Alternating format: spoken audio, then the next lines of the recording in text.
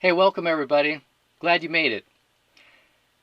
A couple of things I want to discuss with you first of all is that your quiz and tests that we've done, I will record them this week.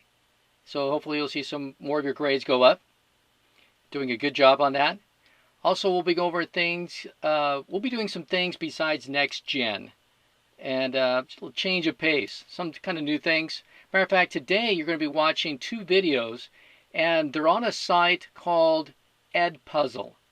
And what happens when you go to the site, you watch the video, it'll stop, it'll play, then it'll stop, and it'll ask a little question. It's multiple choice question. So you may need a calculator with you to answer the questions. You'll see it. It keeps you on your toes. Okay. If I look like I'm tired, it's because it's after midnight right now. And I was making this lesson. Well, it kind of goes like this. First of all, playing Xbox is a big deal in this house. All right, apparently with my son. And headset went bad, microphone went bad. So I'm on this one computer looking on my wife's computer. She asked me to look on there and see if there's something down there at the store, Best Buy, whatever. We're going back and forth. I'm on the computer. Anyways, long story short, she went down there to go get it. And then while I was there on her computer, I was going ahead and I was printing out some things and making some things on PowerPoint. The next thing I know, I made out this whole big lesson on there. And I thought it'd be, for you guys. And I thought it'd be great. Okay, I did print off some stuff. But then I thought, no, I'm going to do it digitally. I'll just record it digitally on the screen.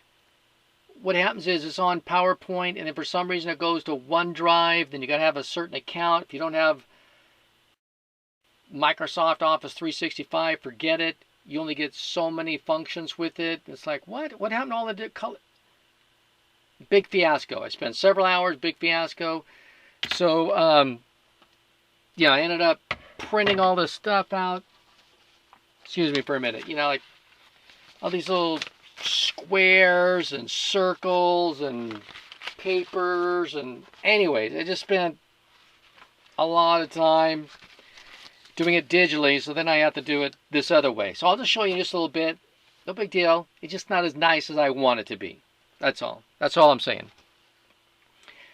Okay, you ever have those times where you're really frustrated? This is one of those times. I'm really frustrated. Okay, maybe the same thing is like this guy I'm going to show you right now.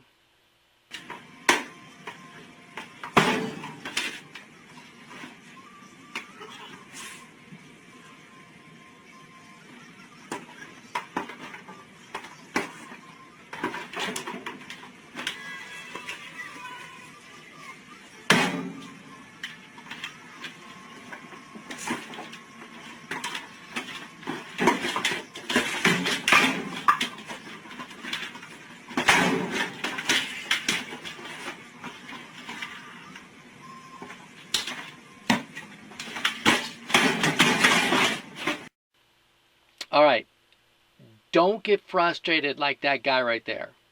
Okay, that'll just mess you up. The consequences of that are not worth it. Forget it. You need to relax. Whatever that happens, you just need to relax. So let me go ahead and give you this lesson right now. It's all about circles.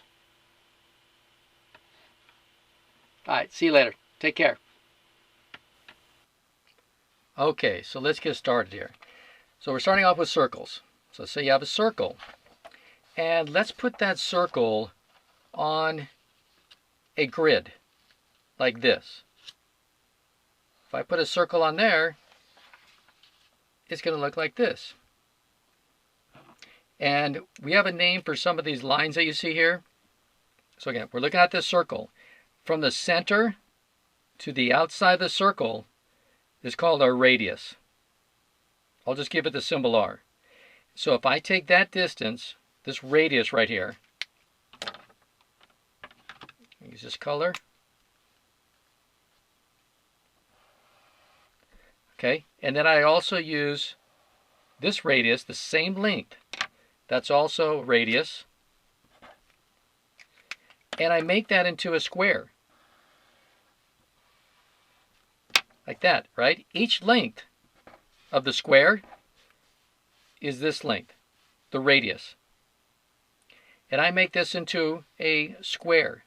As a matter of fact, r times r is r squared.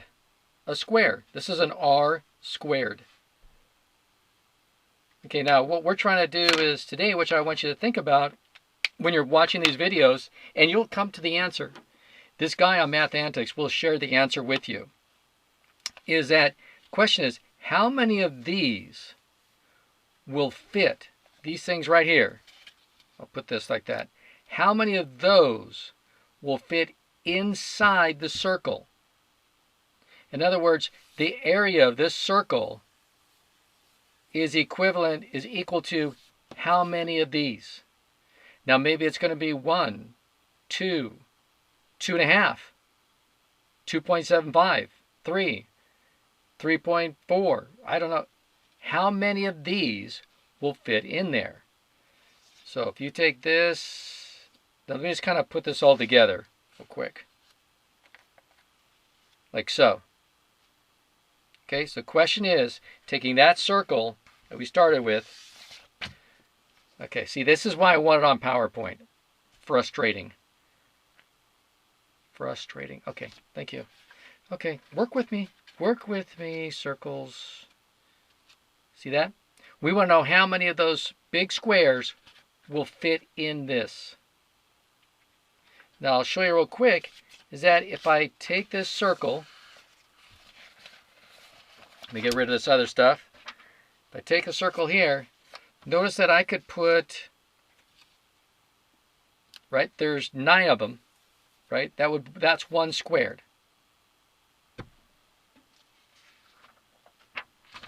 Right? Looking at here, notice how I broke it down, and this big square, I just kind of broke it down into 9 little squares. Here's 9 little squares. It's like that. I could put those in here. See that? It will hold 1 of those. 1 of those R squares. How many more will it hold? How much area is inside the circle comparing it to the R squares? That is a question I want you to think about while you're going through the videos, the 2 videos, and the answer will come up. The answer will come up. You just have to pay attention. All right, guys. Have a good night or a good day, and I'll see you later. It's getting late.